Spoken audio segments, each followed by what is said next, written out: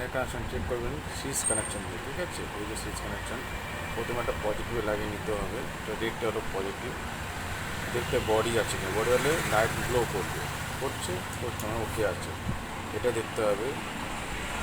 দেখুন হালকা গ্লো করছে, হালকা গ্লো হচ্ছে দেখাচ্ছে আপনাদের, ওকে।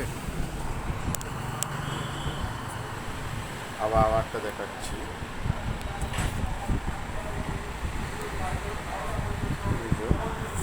আবার গ্লো করবে, ওকে, ঠিক আছে। এইভাবে চেক করতে হবে।